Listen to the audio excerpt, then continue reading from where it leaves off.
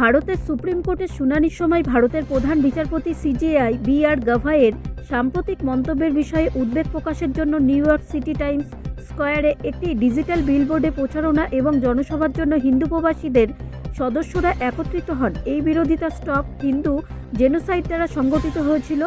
সম্প্রদায়টি 8ই November প্রধান বিচারপতি গাভাইকে সম্বোধন করে একটি খোলা চিঠিতে লিখেছিল, যা আয়োজকদের দ্বারা প্রচারিত হয়েছিল এবং স্টপ হিন্দু জেনোসাইড অর্জ ওয়েবসাইটে পাওয়া যায়। চিঠিতে ভারতের প্রত্নতাত্ত্বিক জরিপ দ্বারা তত্ত্বাবধানে খাজুরাহ মন্দির স্থানে ভগবান বিষ্ণু একটি ঐতিহাসিক মূর্তির পুনরুদ্ধারের আবেদনের সাথে সম্পর্কিত 16ই সেপ্টেম্বর শুনানির কথা উল্লেখ করা হয়েছে। মামলার কার্যক্রম চলাকালীন প্রধান বিচারপতির আবেদনকারীকে প্রার্থনার মাধ্যমে ঐশ্বরিক হস্তক্ষেপ চাওয়ার পরামর্শ দিয়েছিলেন বলে জানা গেছে।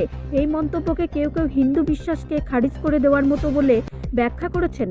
8ই November New York City Times Square Duffy স্কয়ারে শুরু হওয়া এই অনুষ্ঠানটি 12ই নভেম্বর পর্যন্ত চলবে বলে জানা গেছে।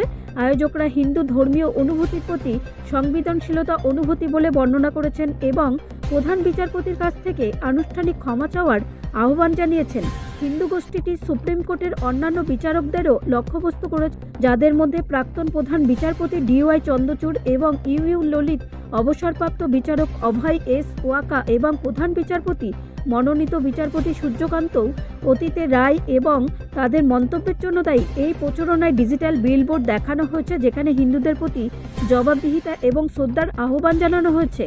আয়োজকরা জোর দিয়ে বলেছেন যে তাদের লক্ষ্য সংঘর্ষের পরিবর্তে গঠনমূলক সংস্কার প্রচার করা।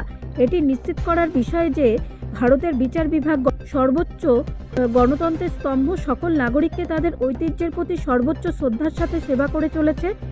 এতে একজন অংশগ্রহণকারী বলেছেন, ওয়েবসাইট অনুসারে হিন্দু গোষ্ঠীগুলি অন্যান্য আমেরিকান শহরেও একই ধরনের সচেতনমূলক প্রচেষ্টার পরিকল্পনা করেছেন।